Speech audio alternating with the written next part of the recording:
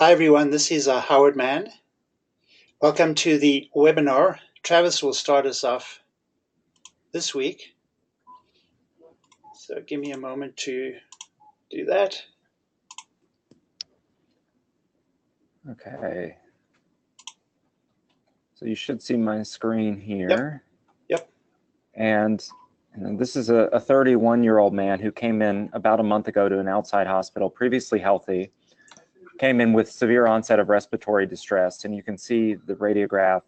He's got some predominantly basilar opacities. Some of it may look a little bit more nodular, maybe some fluffy nodular stuff in the upper lobes. And unsurprisingly undergoes a PE study at this time.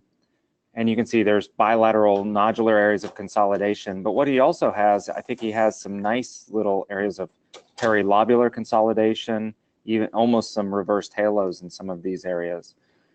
Now, there's been a lot of talk, and there will be more coming up on exposures and vaping-associated lung injury, as Howard showed a lot of cases of. That's not what this is. Certainly an exposure is something to be considered. He went downhill pretty quickly, and you'll see within a couple days, smaller lung volumes getting worse, gets another CT a few days later, and now he's just got more confluent consolidation, mostly in the lower lobes. So it looks like an acute lung injury pattern from some unknown cause. And no exposures in his case, no drug use, nothing, no history of anything. Eventually he makes it here and is intubated. And so we're going through the long differential. He's young. One of the things you always throw out would be a connective tissue disease with acute lung injury. I think what, probably in decades past, this would have just been called AIP, acute interstitial pneumonia. And I'll show you what he looks like, once he gets here. It's just evolving diffuse alveolar damage and acute lung injury. So now he's got diffuse ground glass opacities, more dependent consolidation. He has some pneumomediastinum from barotrauma, and a lot of dilated or these stretched airways, indicative of more of an organizing phase of DAD. And so big battery of tests. He actually, turns out he's anti-Jo1 positive and SSA positive. So at this point, this is most likely just an acute presentation of antisynthetase syndrome with acute fulminant lung injury. And so, like I said before, I think my thinking is that a lot of these previously diagnosed AIP cases may have been something like this. And I know Howard has shown cases of anti-MDA5 and other antibodies that can cause this kind of look too. So, Howard, do you agree? Yeah, that's very dramatic. Yeah. No pulmonary, no hemoptysis, right? No, there was no hemorrhage or hemoptysis. And this is a study done a couple days ago. And so he had a worsening white count. And on this CT, I read this, and now I'm worried he's starting to get more nodular areas of consolidation. I'm not a big fan of CT in this setting, just because I don't think we're very sensitive or specific for detecting infection, but he is now growing gram-positive cocci in clusters, and in pairs. So he probably has a superimposed hospital-acquired pneumonia as well. But, based on this alone, it's hard to say that. All right. This is one, it's interesting because he came in when I was on call a couple weekends ago, and he had altered mental status. He has a history of chronic immunosuppression after a renal transplant. So you can see he's intubated. I'll show a head CT. And you can see he has he's 30 years old, so another young patient, has these areas of edema in the right temporal lobe. And so the question was, what is this that's going on? I think there was more on the MR that they subsequently showed. But he was transferred, billed as having nodules. And on the radiograph, I think you can see that there are diffuse nodules. And I think, descriptions are important. And the clinical team was surprised when I talked to them, because this had been billed more as just nodules, and they were thinking community-acquired pneumonia or maybe septic emboli. They thought this thing in the brain was an abscess. But clearly, this looks like more and smaller nodules. And this was the CT I saw. And you will see that he has, in fact, innumerable small nodules. Some of them, I think, are small enough to be considered miliary nodules, but they're certainly in a random distribution. They're just everywhere. And he also had small effusions. And I think, if I remember, yeah, he has at least one, if not multiple, subcutaneous or intramuscular fluid collections. So here's one in his right sternocleidomastoid muscle. So they were thinking community-acquired pneumonia. I said, absolutely not. This is some sort of fungal or mycobacterial, some sort of granulomatous infection. They actually, before they even had a chance to drain this, to aspirate this thing in the right sternocleidomastoid muscle, they had done a craniotomy, drained the abscess in his right temporal lobe, and this all grew coccidioidomycosis. And here's another muscle abscess in the infraspinatus on the right.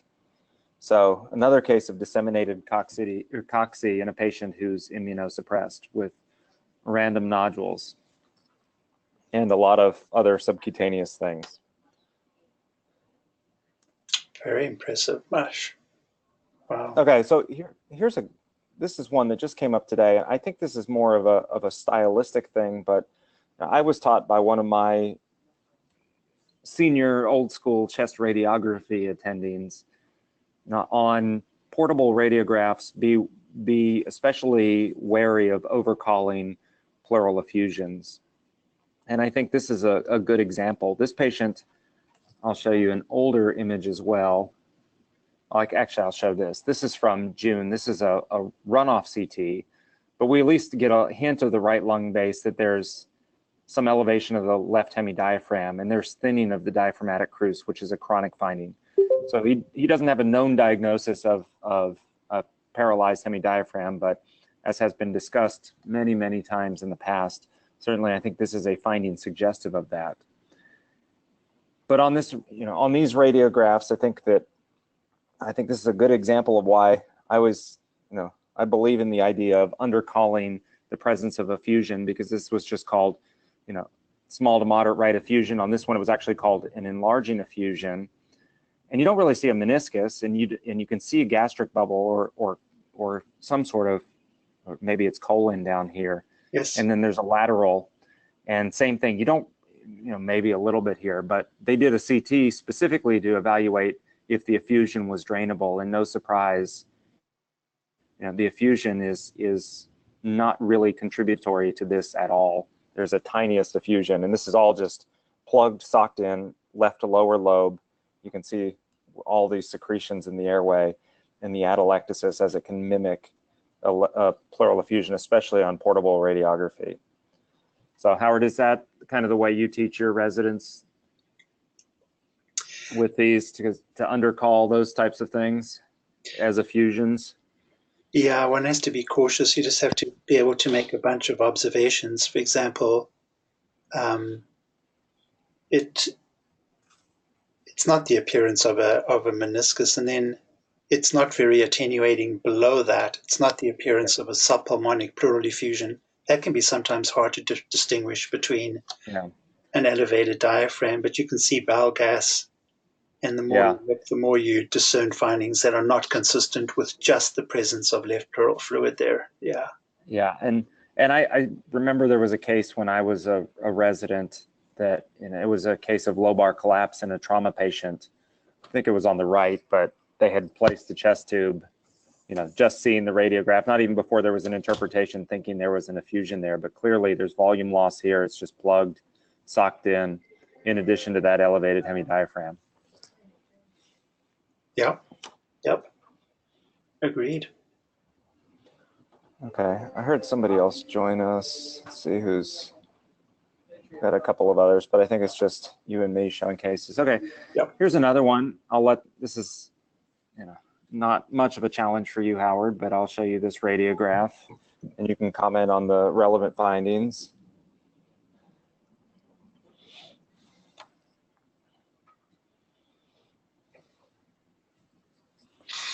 There is opacity in the medial basal left hemithorax. There's an interface between the abnormality and adjacent lung. The interface is straight, well defined. So definitely an abnormality in that loop. Yeah, exactly. And there's actually, and I don't have a lateral, but I think that, and that's what I saw. But keep your eye on that right there too. There's an extra little bump there. Now this person has a history of what's been diagnosed as smoldering myeloma, and actually came in with abdominal pain and got an abdomen and pelvis CT. They have a bunch of findings. Now we'll come back to this actually, and I do have a CT of the chest that I'll show you, but this is that abnormality. So it's a big enhancing paraspinal soft tissue mass that corresponds to the finding you described. There's a smaller one here.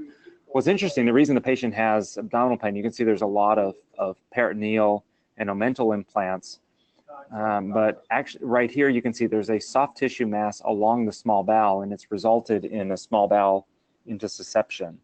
So the mass was presumably the lead point. One of these plasmacytomas that are subsequently diagnosed was a lead point for an intussusception of the small bowel. Oh.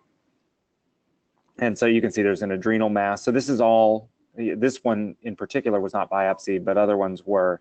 And this had been, this was like a transformed, more aggressive plasmacytoma in the setting of multiple myeloma. And I think that other one right there, yeah, is this. So this was done around the same time. It's non-contrast, but you can see there's just a big, presumably just a node inferior to the left hilum causing that abnormality right there. Are there also breast masses? Yeah, there are, and I don't know. I'm guessing they are related. I haven't looked at that, but Okay. I would guess they are. Okay, now these are two interesting cases, and just because I guess we see this sometimes for lack of a better explanation. This is a patient who had, as you can see, aortic surgery. They've had an ascending aortic graft. They've had an elephant trunk repair with a stent. They've had debranching of their arch vessel. So they had a dissection. I don't have the preoperative imaging for that, but it was, not too distant before this study. And the stent and everything looks okay. This is in January. This patient came back 2 months later, and they came back with a stroke. And I think you'll see the reason why. And it's really interesting. This is not flow artifact or smoke. There's just tons of thrombus, and it's not only in the stent. Some of it's in the grafted portion of the aorta, and all the way from, the ascending aorta up into the now debranched arch vessels. And you can see all the way up into the left carotid, the left subclavian artery. There is a left common carotid artery dissection flap that was there before and still there. So for some reason, this patient has a hypercoagulable state, and they don't know why. And unfortunately, they had a big stroke as a result of this and were DNR. There's also a little bit of just a residual dissection flap here at the aortic root that I didn't point out before. But just a weird case of hypercoagulable state. Otherwise, not a good reason why. Just multiple thrombi within all those vessels in different places. Yeah. Oh. Wow. And that's in the setting of a stent. And then I'll show this one. So let's see which one here. So this case, check this out. So this patient came in, and she has known cardiac disease, but this is a native aorta. And check out this. And you can see that she has, and this, I can see how this might be confused for a dissection, except it's not. It's like, it's got some areas that are a little bit more laminar and a little bit, you can see almost, certainly not the angle you would see with a dissection. And this just all looks like thrombus. It's lining the aorta. It extends up into some of the arch vessels, goes all the way down into the abdominal aorta. As you can see, I could keep going here. But also, and you may have seen as I scrolled through, she's got big clots in her right atrial appendage. I think she's had a prior left ventricular LV myocardial infarct, and she had some PEs as well, as you can see here. And this is all infarcted lung in the right lower lobe and PE, but it doesn't look like it's, that doesn't look embolic. It almost looks like either chronic PE or in situ thrombus. So just curious if you've ever seen this present, because it's just like incredibly dramatic. surprisingly asymptomatic other than just some heart, and she was heart failure. I think on one or two occasions. Sorry, Howard, you tried. Sorry. I think on maybe one or two occasions I've seen a patient with simultaneous mobile aortic thrombi and findings consistent with acute pulmonary embolism. Yeah. But I don't think I've seen one with so much abnormality within right atrium or right atrial appendage. Yeah, and usually the mobile aortic thrombi, you know, like we've shown cases of, usually they're along the undersurface of the arch. But, and that's not to say this isn't, but it's just the proximal and distal extent is something I've never seen before. Yeah, and you can see it's going all the way into the abdominal aorta. And I can't remember if there was lower extremity. I'm just scrolling here because I can't remember if they had lower extremity symptoms or not. I don't think they did, but they did a full CTA, so pretty remarkable. Very. So again, another unexplained, you know, this patient's being worked up for hypercoagulable state, but there's 61 other than cardiac risk factors, never anything in the past. So.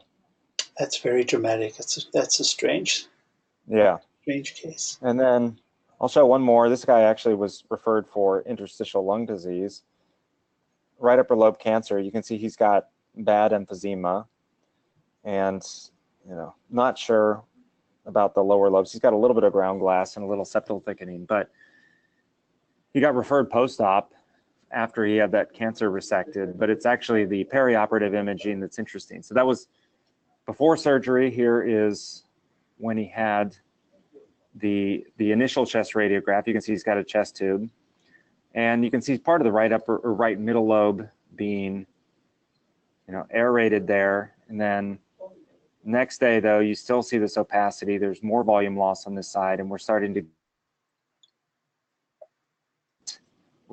get this persistent, you know, upper paramediastinal opacity that is staying there over the course of 4 or 5 days, all on post-operative imaging. And of course, you know where I'm going with this probably, that when a right upper lobectomy is performed, that the right middle lobe is the most likely one to torse if you have complete fissures. And sure enough, you can see this is the right middle lobe that's plastered up there medially, and this is the right, let's see, these are unfortunately thicker slices, but you can see if we look at the bronchus intermedius here, the right middle lobe bronchus kind of wants to come anterior there and then goes up with some swirling of these vessels in the mediastinum. And sure enough, this was a post-operative torsion of the right middle lobe, confirmed when they went in and they were able to detorse the lobe and pexy it, and the patient actually did okay. So another post-op torsion.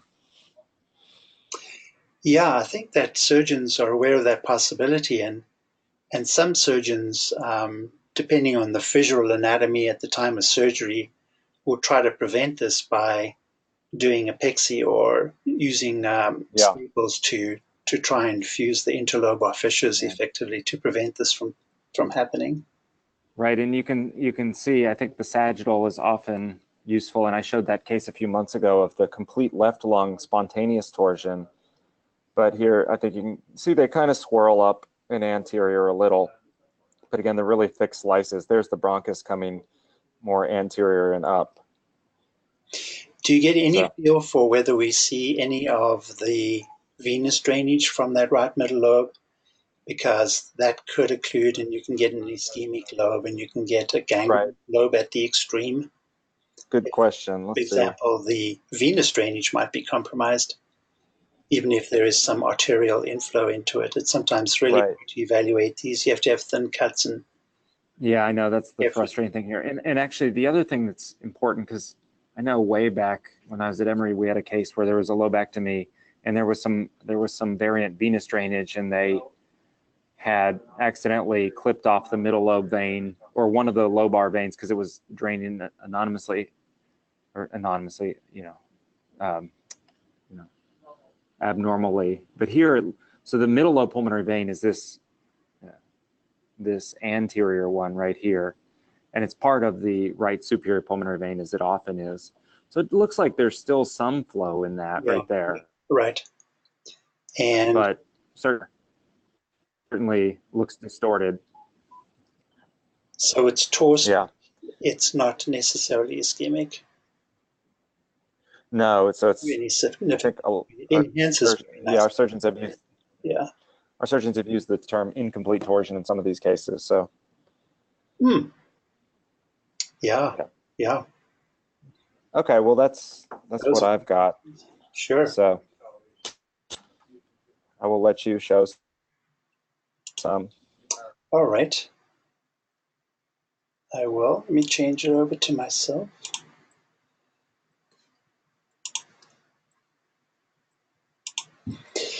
Okay, let's do this one first. This is a very typical case of bad septic embolism. Sometimes when you have a lot of pulmonary abnormality, it can actually be hard to appreciate that what you have in the lungs, at least in part, are focal, maybe nodular, rounded opacities on a bedside radiograph like this, for example. But there's clearly very extensive multilobar and bilateral pulmonary opacities. And then I'll just mag up one area. Again, this you have to sometimes be lucky to see this, but here is a cystic space. So this is consistent with the sequel of a cavitary or necrotizing process with at least one relatively large area of cavitation within an opacity there. So certainly with multifocal opacities like this, and depending on the context, what information one has, this is consistent with pulmonary septic embolism rather than just everyday infectious pneumonia, for example. So let me just show you first just the appearance of the lungs in this patient.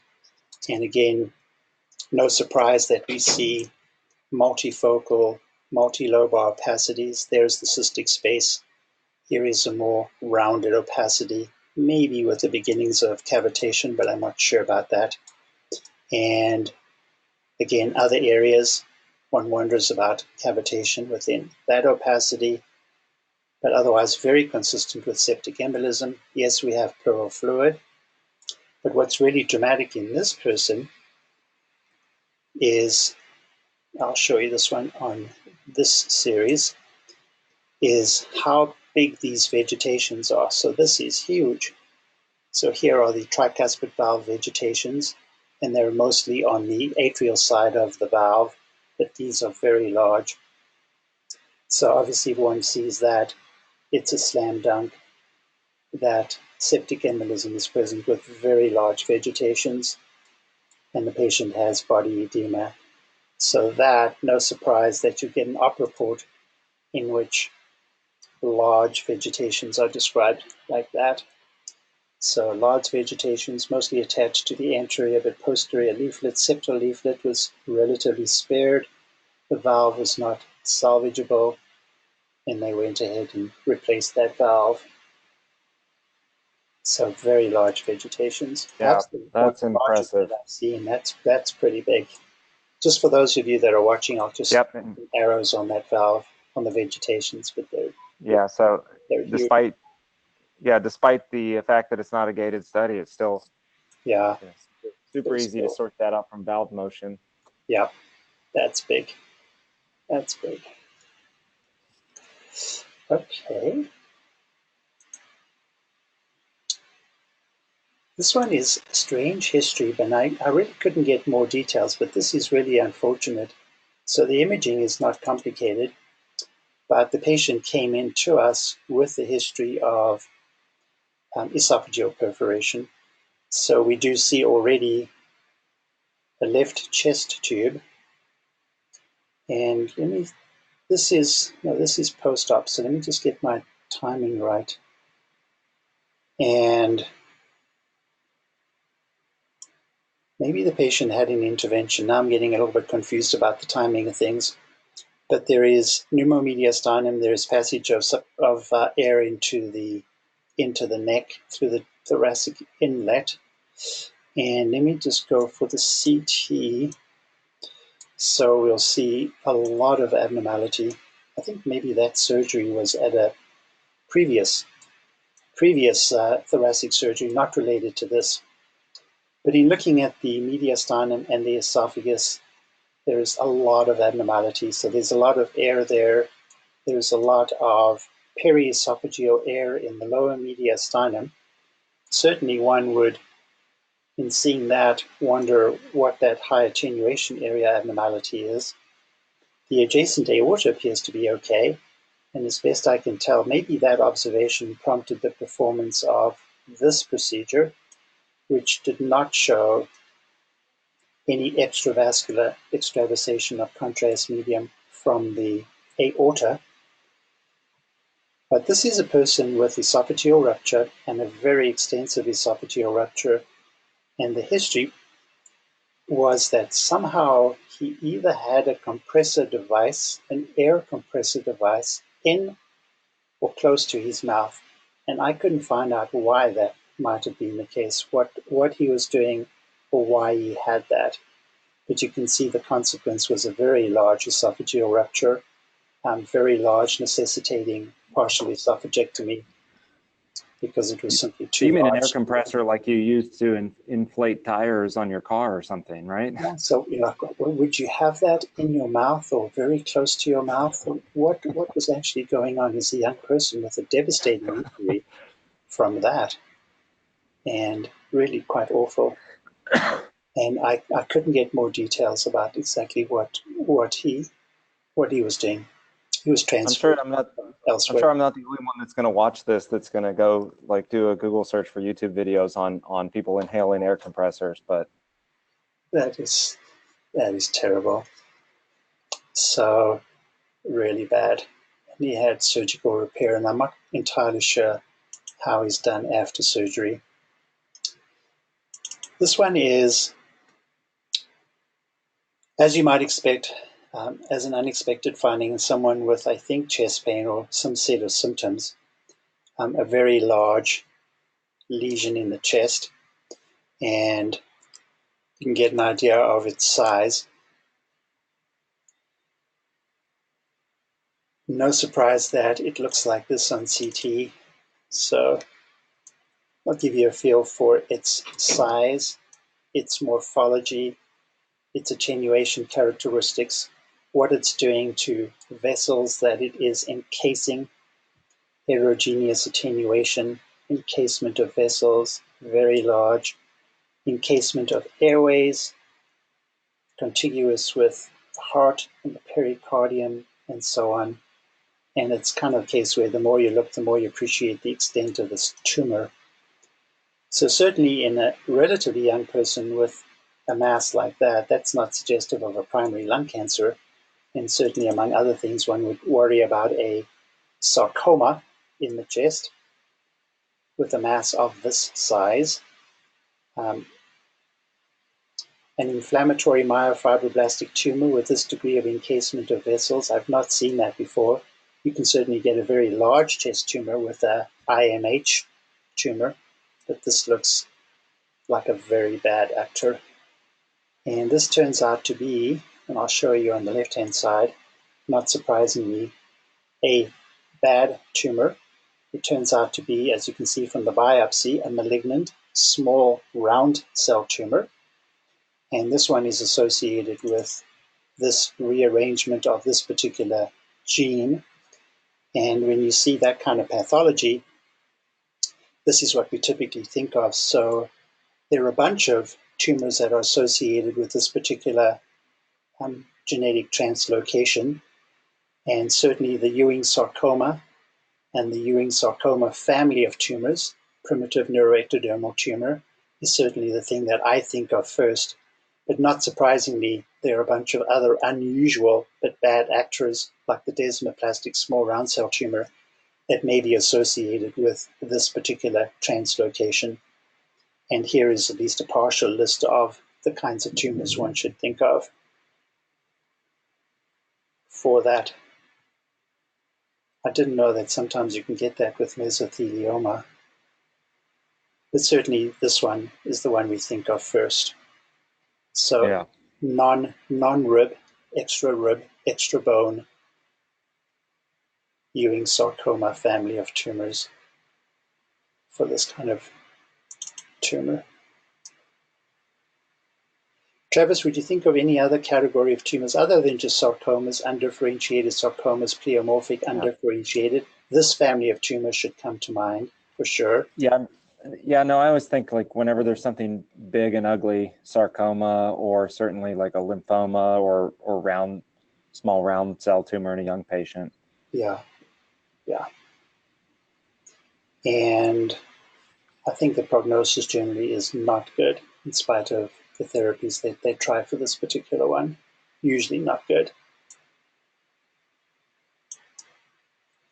A malignant solitary fibrous tumor. I don't think I've seen one actually encase the vessels in the central portion of the lung like this, although they can, of course, be quite large and they can be malignant. That's perhaps another possibility, but not what would come first to mind. Yeah, they can be bilobed, but or multi-lobed, but yeah, I agree. I wouldn't think about that here. Yeah.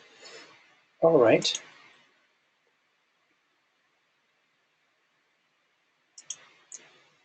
Let me show you this case. This is an interesting case, certainly from the point of view of teaching. So this radiograph is a nice radiograph to use to teach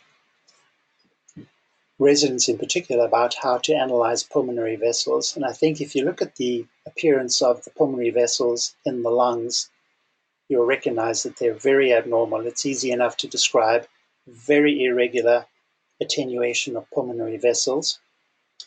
But it's not the attenuation of the vessels, say, just in the upper lobes that suggests, for example, pulmonary emphysema.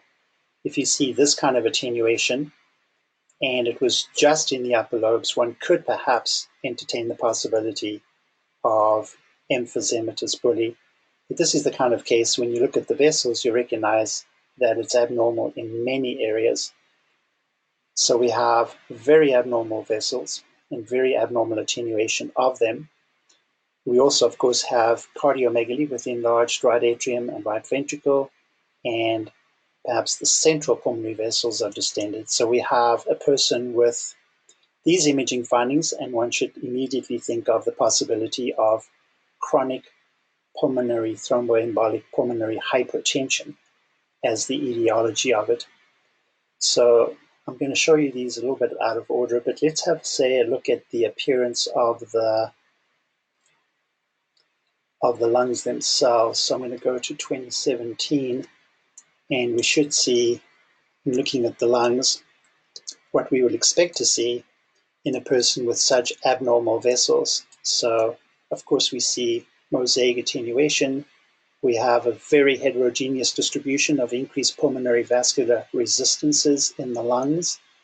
We might see focal opacities, perhaps that might make one think of areas of pulmonary infarction, perhaps, but very consistent with a preliminary diagnosis of CTEPH for sure.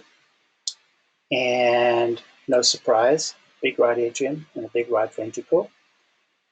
Images like this will show corresponding findings with the pulmonary blood volume maps that go along with the CT, as well as the findings of mosaic oligemia. I don't really think I need this to be able to predict what the lungs are going to look like. And this person obviously got the mega workup, so no surprise that the lung perfusion scan shows these kinds of abnormalities, very extensive multilobar or multifocal segmental perfusion defects. So certainly CTEPH is the diagnosis. Now, in thinking about that, the question is, what are the central vessels going to look like? So this is one way in which CTEPH is classified, but this is post-operative imaging. So this is after surgery, in which the surgeon takes out what he's able to take out, a pulmonary endarterectomy. And these 4 types is a post-endarterectomy kind of classification. But certainly we'll see patients with very large central clots, all the way to type 3 and type 4, where there's very little abnormality. It's associated with just small vessel disease. So the question is, with these kind of images, can we predict for this particular person what his central pulmonary arteries are going to look like if we look at them preoperatively, and we can look at this, and my answer is no, you can't tell what you're going to see in terms of the central pulmonary arteries. So if you look at these vessels, you can see as I scroll around that we do not have large or any really central pulmonary artery thromboses, things that can be removed to be a type 1 or a type 2. In fact, if you look even carefully, it's surprising how free of abnormality these central vessels look like. There are other findings of pulmonary hypertension, of course, hypertrophy, bronchioles, and so on and so forth. So this is always a bit of a problem, because if you take this person to surgery, what are you going to find? How much are you going to be able to take out, and how much will this person really benefit from the surgery? So I know this patient, being young, did go to surgery, and not surprisingly, you'll get an op report like this, where if you see what the surgeon is trying to do and hoping to do, that not much was available to take out from the central vessels. Described as having significant type 3 disease, but not much was able to be taken out, and not much was found in the central vessels, as you can see there. And sometimes the surgeons will take pictures for us, but in this case, really didn't get out very much at all. That's what they tried to do. So are you doing a lot of thromboendarterectomies there? We have one surgeon that's doing it now, and he does quite a bit. Yeah. Yeah, ours still go to San Diego. Yeah. As you can see Cool. there. So a very nice example of that, but this person has more distal small vessel disease. Yeah. Rather than the type 1 or type 2 disease that we look for. Okay. Howard, I've loaded 2 more cases that I can show. Okay, great. Let me see. I think I've shown mine, so I've shown you 4. If that's yours. Oh, yeah, they correlate. We'll stay on this theme for a moment. Okay. All right, I'll change back to you. Yeah, the tough ones are the ones we don't expect. That's on theirs. And then on these tests, it's just cancer call. Okay, 51-year-old man who you can see has a transplant kidney, and he comes in with worsening dyspnea, and I didn't have a comparison CT, but they did a non-contrast study because he has a transplant kidney that has some complications, as you see. And this was when I was on call a couple weeks ago, and they were looking for pneumonia or whatever because he's immunosuppressed, and there's a little bit of whatever, ground glass, a little consolidation, which I think will come back into play in a moment. But it was interesting. I realized you can see his interventricular septum, and his RV looked a little dilated, and that made me curious.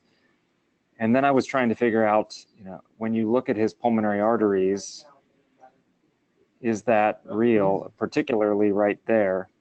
Yeah.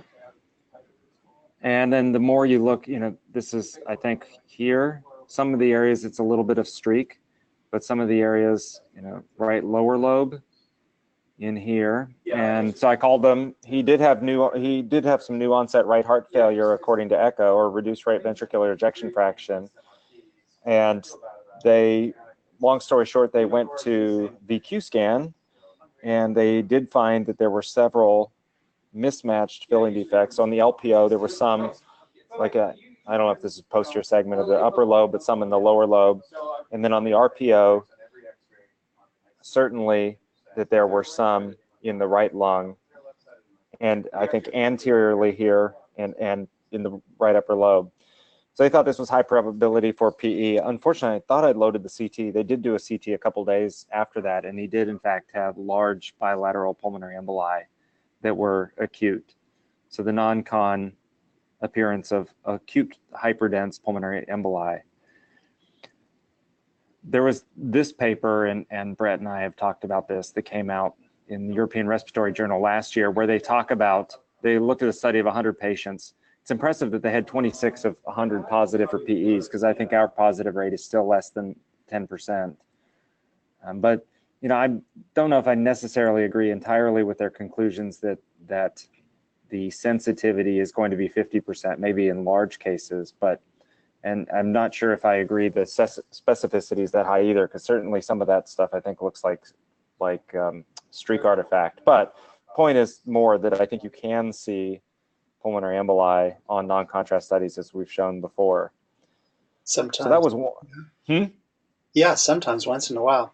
Yeah. I mean, it's always a little bit surprising because if the attenuation of blood is, say, oh, I don't know, 60 Hounsfield units, yeah, then these are the unusual hyper-attenuating clots that have a Hounsfield unit greater than the usual 30 to 40. Yeah, because I mean, I certainly don't go trying to overcall it, because right here in the aorta, this is clearly just a little bit of streak. I think it's just subtle difference in attenuation, probably because you've got the bronchi right next to it. It was really this one right here that I thought really, really I thought was the one that sealed the deal in this case. So then this was an interesting case that I got to see follow up on. This is a patient that came into the VA, and you can see that there's consolidation in the apical portion of the right upper lobe. The patient has underlying emphysema and some fibrosis. So presumptively diagnosed with pneumonia based on this CT. And 6 days later is having worsening shortness of breath and gets a PE study. Now, these are called acute PEs at the time, of course, because the prior study was non-contrast, and they weren't sure if, and then the clinical team was wondering, well, are these due to the pneumonia that's up here? You can notice that there's no blood flow to this area at all in the apical segment. That's the artery that's occluded. So they were wondering, is there an underlying cancer resulting in a hypercoagulable state? Let me close this. And you know where I'm going to go with this, because we're going to go back to the original study too. But I think it's interesting that this is all, and there's a hypermetabolic right hilar lymph node that has since decreased in size, and some right hilar lymph nodes. But this area of consolidation has an SUV of you can see up there, 8, 9, 10 in some areas. So it's definitely metabolically active. But if you go back to the original study, this was that original non-contrast study, and sure enough, you can see in this case that this right here correlates nicely with where the PE was subsequently seen. So I think this is another one where you can, it's not that the, it's not like the PE occurred after this thing in the right upper lobe. I think it probably was a right upper lobe infarct to start with. And I don't know if it's super infected or if it's just hypermetabolic because of the, because it's an acute process. I don't know. What do you think, Howard? But definitely you can see the pulmonary emboli there is hyperdense clot wedged along the branch point, particularly up there. So, I mean, normally we don't see PEs on PETs, and I haven't had a chance to look up like what the metabolic activity of an infarct should be, but or if it was truly an infection. Relatively acute, not just a collagenized collagenized infarct, but a more acute process with cells. But that would be a really good pickup, especially on a noisy image, if you could. You're going to make me look at non-contrast CTs carefully. Oh, jeez. Well, this in this one, is it's still useful to look back and make the diagnosis in retrospect, because they're worried, is he throwing clots when he's in the hospital, right? Like, is this something new that's going on? You can actually reassure them, well, at least part of that was already there. Back in May. A few days before. And notice too, there's not a lot, maybe one air bronchogram in this area, but kind of interesting. Yeah. Oh, very. So, okay, well, that's it. And I think we've taken up enough time to produce a good video for this week. Oh, yeah. Excellent. Oh, those are very interesting. So. Oh, okay. Yeah, thank you. Thanks, Nelly. Actually, Howard, I'll be gone next week, but I'll see you guys the week after. Okay. All right, take care. Okay, thanks, everyone. Bye. Bye-bye.